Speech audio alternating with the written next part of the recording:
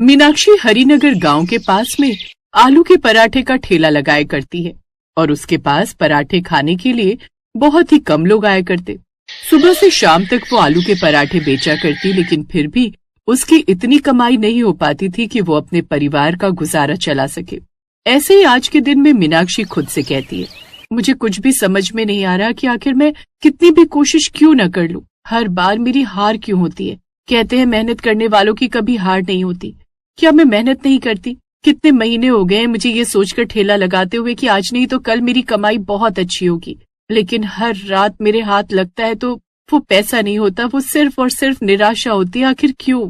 मीनाक्षी ये बोलकर बहुत ज्यादा उदास हो जाती है और उसके बाद में अपना सारा सामान साफ करके, जो 2-4 ग्राहक आए थे और इधर उधर कूड़ा हुआ था, वो सारा साफ करके घर पहुंचती है। जैसे वो घर आती है, उसकी सास सावित्री उससे सवाल करती है, क्या बात है मीनाक्षी बहू, तेरे चेहरे की उदासी बता रही है कि आज भी तेरी कुछ ज्यादा खास कमाई नहीं हुई है।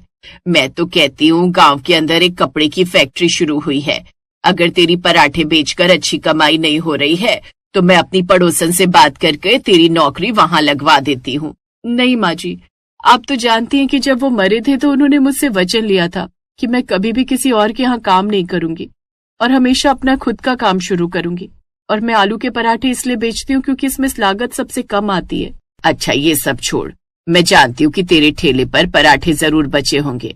जा उन्हें लेकर आ जा, तू और मैं वही पराठे खाकर अपना पेट भर लेंगे, इसलिए मैंने आज खाना बनाया ही नहीं। मीनाक्षी को खुशी भी होती है कि उसकी सास इतनी ज्यादा समझदार है और बुरा भी लगता है क्योंकि उसकी सास जानती थी कि मीनाक्षी की कमाई ज्यादा नहीं हुई होगी और उसके ठेले पर पराठे बच गए होंगे।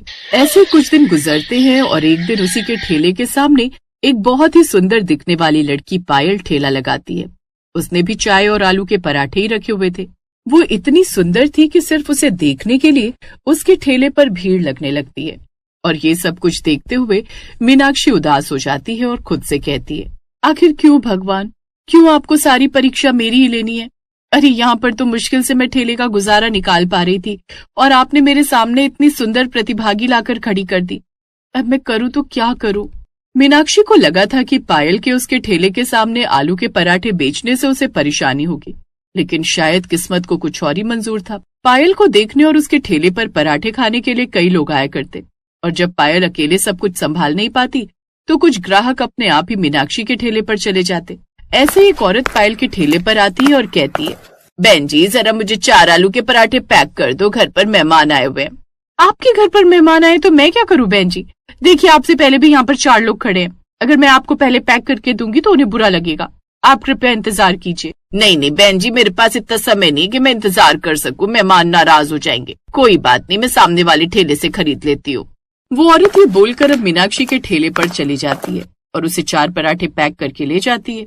ये सब कुछ देखकर मीनाक्षी को भी बहुत खुशी होती है क्योंकि अब जो भी ग्राहक इंतजार नहीं कर पाता या जो भी पायल को दूर से देखना चाहता, वो मीनाक्षी के ठेले पर खड़े होकर पराठे खा लिया करता और पायल को निहार भी लिया करता। इन सब चीजों से मीनाक्षी को बहुत फायदा हो रहा था। आज भी मीनाक्षी की इतनी कमाई हो गई थी कि उसका 1-2 दिन का गुजारा चल जाए, लेकिन वहीं पायल ये सब कुछ देखकर जल रही थी। वो खुद से कहती है, अब मैं अपनी पराठे बेचने की जगह को बदल नहीं सकती, लेकिन क्या करूं? यहाँ पर पराठे का ठेला लगाने से मुझसे ज्यादा तो इस सामने वाली पड़ोसन का भला हो रहा है। मुझे कुछ तो ऐसा करना ही होगा जिससे ये यहाँ पर पराठे बेचना छोड़ दे। अब ऐसा ही होता है। पायल एक आदमी को कुछ पैसे देती है और मौका पाकर वो मीनाक्षी के आलू के मिक्सर में ज्यादा लाल मिर्च मिलवा देता है। मीनाक्षी का भी इस बात पर ज्यादा ध्यान नहीं जाता और वो ज्यादा मिर्ची के आलू के पराठे बनाकर तैयार कर देती है। थोड़ी देर में जब सारे ग्राहक उसके मिर्ची के पराठे खाते हैं तो उन्हें वे बहुत पसंद आते हैं। आंटी आपके आलू के पराठे कितने अच्छे बने। मिर्ची वाले आलू के पराठे खाकर तो मजा आ गया। लोग तो नॉर्मल आलू के पराठे बनाते हैं, लेकिन जब हम इस ठंडे ठंडे दही के साथ ये मिर्ची वाले पराठे खा रहे तो बहुत अच्छा लग रहा है। हाँ बेटा, वैसे तो मेरी जुबान को उम्र की वजह से कुछ महसूस ही नहीं होता, लेकिन तेरे ये मिर्ची वाले पराठे इस गर्मा गर्म कड़क चाय के साथ खाकर तो मजा ही आ गया। ऐसे ही पराठे बनाया कर। मीनाक्षी वैसे तो ये बात सुनकर हैरान रह जाती है क्योंकि उसे खुद नहीं पता था कि पराठे में इतनी मिर्ची है। तभी वो एक पराठा खुद खाकर देखती है और अपने मन में कहती है, हे भगवान, इतने तीखे आलू के पराठे, मैं तो इतनी मिर्ची कभी डालती नहीं हूँ। फिर ये क्या हो गया? इतने सालों से यहाँ पर आलू के पराठे बेचने का काम कर रही हूँ, ये भूल मुझसे तो नहीं हो सकती। जरूर ये किसी की चाल है, पर किसकी? मीनाक्षी ये बोलकर जब आसपास देखती है तो पायल उसे अपने ठेले से घूर रही होती है। उसका ध्यान अपने ग्राहकों पर कम और मीनाक्षी के ठेले पर ज्यादा होता है। ये सब कुछ देखकर बेचारी भोली भाली मीनाक्षी खुद से कहती है, हे भगवान, पायल इतनी अच्छी है कि उसको पता था कि मेरे पराठे नहीं बिक रहे और उसने मेरे आलू के मिक्सचर में मिर्च मिलवाई ताकि मेरे पास भी ग्राहक आ सके और मैं तीखे आलू के पराठे बेच सकूं। कितनी अच्छी है ये। मीनाक्षी समझ नहीं पाई कि सच में पायल ने यह सब कुछ उसका ठेला बंद करवाने के लिए किया था। लेकिन उस दिन के बाद तो मीनाक्षी की जैसे निकल पड़ी। जब वो शाम को घर आती है तो सावित्री उससे कहती है, ला बहू, जो तेरे आलू के पराठे बचे हैं वो दे दे। मैंने आज भी खाना नहीं बनाया है, उससे ही हम लोग गरम करके खा लेंगे। मीनाक्षी को बहुत खुशी होती है कि आज वो पहली बार अपनी सास को गलत साबित करके रहेगी। वो अपनी सास को बताती है कि आज उसके सारे आलू के पराठे बिक गए हैं और ये कैसे हुआ ये भी बताती है। तो सावित्री उसे कहती है, अरे मूर्ख लड़की, आजकल के जमाने में तो कोई सगा खून भी किसी का भला नहीं करता और तुझे ऐसा लगता है कि वो सामने वाली प्रतिभागी ने तेरा भला किया। अरे ऐसा कुछ नहीं है, होश में आ। वो चाहती थी कि तेरा ठेला बंद हो जाए और सारे ग्राहक उसके ठेले पर खड़े होकर पराठे का इंतजार करें, इसलिए उसने तेरे साथ ऐसा किया है। हे भगवान, मैंने तो ये सोचा ही नहीं कि वो मुझसे बदला लेने के लिए भी ये कर सकती है। पहले तो मुझे ऐसा लगा कि किसी ने पराठे में मिर्ची ज्यादा मिलाई है तो ये किसी की चाल है। लेकिन जब पायल को देखा तो मुझे ऐसा लगा कि वो सुंदर है और उसके पास तो ग्राहक भी ज्यादा आ रहे हैं, तो वो ऐसा क्यों करेगी? आजकल की इस दुनिया में संतुष्टि नाम की चीज ही नहीं है। भगवान आपको कितनी भी खूबसूरती, पैसा, धन और गुण दे दे, लेकिन तब भी लोगों को दूसरों की खुशी देखकर जलन ही होती है। ये तो जैसे इस प्रकृति का नियम बन गया है। मैं बताती हूँ अब तुझे आगे क्या करना है। अब सावित्री मीनाक्षी को एक सुझाव देती है। मीनाक्षी अब अपने ठेले पर बहुत सतर्कता से काम किया करती ताकि कोई भी उसके साथ कोई भी धोखा या छल ना करे या उसके खाने में किसी तरह की मिलावट ना हो। साथ ही 2 दिन के बाद एक बोर्ड तैयार होकर आता है जिस पर लिखा हुआ था, गांव के सबसे तीखे आलू के पराठे बेचने वाली।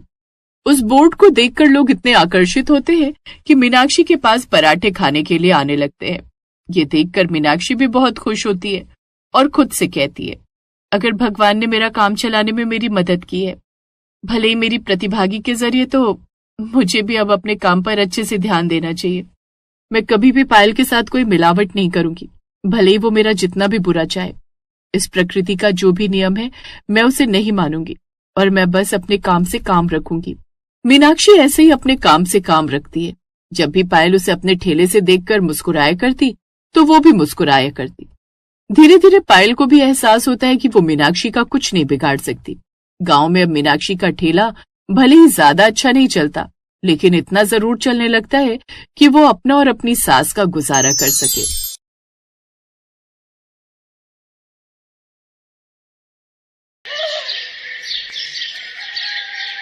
गरीब गुंजन सुबह जल्दी उठकर काफी सारे आलू के पराठे बना लेती है और उन्हें अपनी साइकिल पर रखकर बेचने निकल पड़ती है। आलू के पराठे, गर्मा गर्म करारी करारी चटपटे आलू के पराठे, मक्खन मारकर ले लो ले लो ले लो। गुंजन लगातार अपनी साइकिल पर आलू के पराठे बेचने के लिए आवाज लगा रही थी। उसकी आवाज सुनकर कुछ ग्राहक उसके पास आ जाते हैं। अरे गुंजन बहन, मुझे जल्दी से 2 आलू के पराठे दे दो। जी भाई साहब, बस जरा सा सब्र कीजिए, अभी लगा देती हूँ। गुंजन अपनी साइकिल रोककर खड़ी हो जाती है। ऐसे ही सामने बनी फैक्ट्री के मजदूर भी उसके पास आलू के पराठे खाने आते हैं। क्या मजेदार पराठे हैं गुंजन बहन, मेरे लिए 2 और लगा दो। हाँ हाँ, अभी लो। फिर दिन तक उसके सारे पराठे बिक जाते हैं। इसी तरह वो हर रोज आलू के पराठे बेचने निकल जाती है। उसके हाथ के पराठे सबको बड़े पसंद थे। इसी तरह वो हर रोज सुबह से शाम होने तक आलू के पराठे अपनी साइकिल पर घूम घूम कर गांव भर में बेचती थी। फिर शाम को थकी हारी वो अपने घर पहुंचती है, जहां उसके बूढ़े सास ससुर और अपाहिज पति उसका इंतजार कर रहे होते हैं। बहू आ गई तू, कब से मैं तेरी राह देख रही थी। घर में राशन खत्म हो गया है, अब खाने में क्या बनाएं? आप चिंता मत करिए माँ जी, आज जो कमाई हुई है उनमें से कुछ का मैं राशन ले आती हूँ और बाकी के बचे हुए पैसों से मैं आपकी दवाई भी ले आती हूँ। थकी हारी गुंजन थैला लेकर राशन लेने बाजार चली जाती है और वहीं से दवाई भी ले आती है। फिर घर आकर वो खाना बनाने लगती है कि देखती है कि आग जलाने के लिए लकड़ियां तो खत्म हो गई हैं। अरे, घर में तो लकड़ियां भी नहीं है, मुझे अभी जंगल जाकर लकड़ियां लानी होगी। गुंजन लकड़ियां लेने चली जाती है। कुछ देर बाद घर लौटकर वो सबके लिए खाना बनाती है, फिर सबको खाना परोस कर बर्तन धो देती है। इन्हीं सब में उसे रात का 1 बज जाता है। फिर 4 घंटे की नींद लेकर वो सुबह फिर जल्दी उठकर घर का सारा काम निपटाकर चूल्हे पर आलू के पराठे बनाकर तैयार कर लेती है। फिर अपनी साइकिल पर उन्हें बेचने निकल पड़ती है। आलू के पराठे, करारे करारे स्वादिष्ट आलू के पराठे ले लो। कुछ देर बाद वो बाजार में जाकर खड़ी हो जाती है। ये देख दूसरे फेरी वाले गुस्सा होने लगते हैं। जब से गुंजन आलू के पराठे बेचने लगी है, तब से हमारा धंधा चौपट हो गया है। पहले जो भीड़ हमारे ठेले पर रहा करती थी, अब वो सारी उसकी साइकिल के पास जाकर आलू के पराठे खाती है। बिल्कुल ठीक कहा तुमने मदन भाई, इस औरत ने तो हमारी कमाई आधी कर दी है। न जाने क्या जादू है इसके आलू के पराठों में। गुंजन के हाथों में कमाल का जादू था। वो बहुत ही बढ़िया आलू के पराठे बनाती थी। गुंजन का पति विजय दूसरे गांव में एक फैक्ट्री में काम करता था। उस गांव से आते जाते उसकी मुलाकात गुंजन से हुई। फिर दोनों में प्यार हुआ और दोनों ने शादी कर ली। शादी कर गुंजन माधोपुर गांव अपने ससुराल आ गई। उसके गांव में उसके बूढ़े सास ससुर थे। सब कुछ अच्छा चल रहा था। गुंजन और विजय भी एक दूसरे के साथ बहुत खुश थे। लेकिन एक रोज जब विजय दूसरे गांव से साइकिल से घर लौट रहा था, तभी उसकी टक्कर एक बस से हो गई, जिसमें विजय अपाहिज हो गया। तब से घर खर्च चलाने के लिए गरीब बहू गुंजन आलू के पराठे विजय की पुरानी साइकिल पर बेचने लगी। लेकिन गांव के कुछ फेरी वाले अब उससे जलने लगे और उन्होंने अब उसको सबक सिखाने की ठानी। एक रात, राजू, अच्छा मौका है, अभी वो सब सो रहे होंगे। बता दे उस साइकिल वाली को हम लोगों से पंगा लेने का क्या अंजाम होता है। तोड़ दे उसका ये साइकिल ढाबा। अभी लो हुजूर। राजू और मदन मिलकर उस गरीब बहू का साइकिल ढाबा तोड़ देते हैं। अगली सुबह जब गुंजन बाहर आई तो अपनी साइकिल का ये हाल देखकर हैरान रह गई। हे राम, ये क्या हो गया? किसने किया ये सब? आखिर किसने ये मेरा साइकिल ढाबा तोड़ दिया? अब मैं क्या करूंगी? अपने आलू के पराठे कहाँ बेचूंगी? अब इतने पराठे बनाए, आज बेचने नहीं गई तो बहुत नुकसान होगा। कीड़े पड़े उसे जिसने हमारी साइकिल का ये हाल किया है।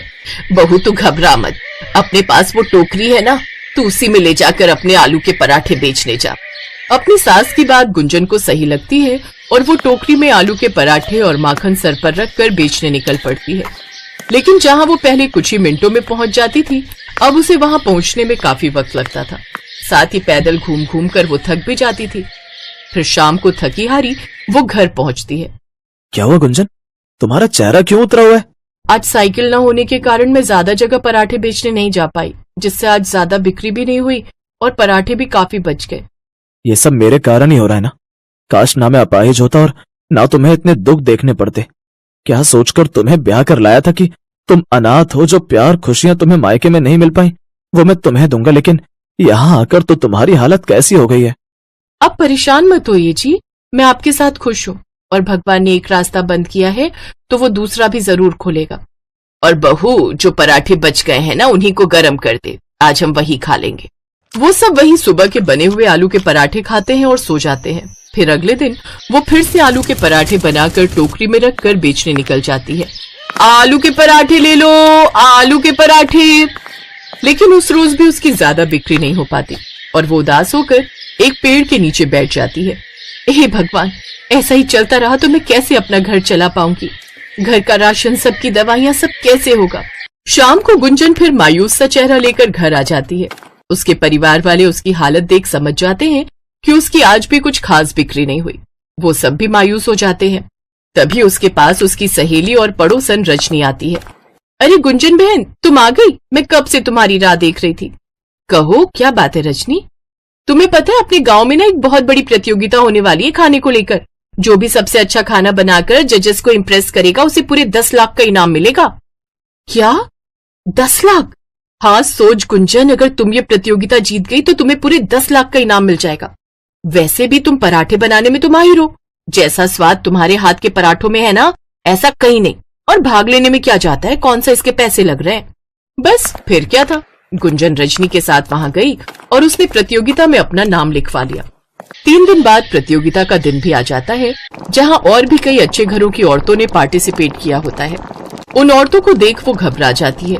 हे भगवान, इन सबको तो मुझसे अच्छा खाना बनाना आता होगा। हे प्रभु मेरी रक्षा करना।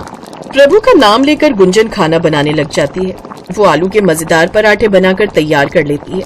कुछ ही देर में पूरे हॉल में आलू के पराठों की महक फैल जाती है। फिर जजेस अपना फैसला सुनाते हैं। यहाँ पर कई बड़े बड़े घरों की महिलाएं भी शामिल हैं जिन्होंने कई महंगी महंगी और नई डिशें बनाई हैं, लेकिन जो स्वाद तुम्हारे हाथों के आलू के पराठों में है वो कहीं भी नहीं। इसीलिए इस प्रतियोगिता को तुम जीत गई हो, साथ में 10 लाख का इनाम भी। ये सुनकर गुंजन बहुत खुश होती है। अब वो उन पैसों से एक पक्का घर बनवाती है, साथ ही गांव के बाजार में अपना एक ढाबा खोल लेती है और उसमें आलू के पराठे बनाकर बेचने लगती है, जिससे उसकी खूब कमाई होती है और अब वो अमीर हो जाती है।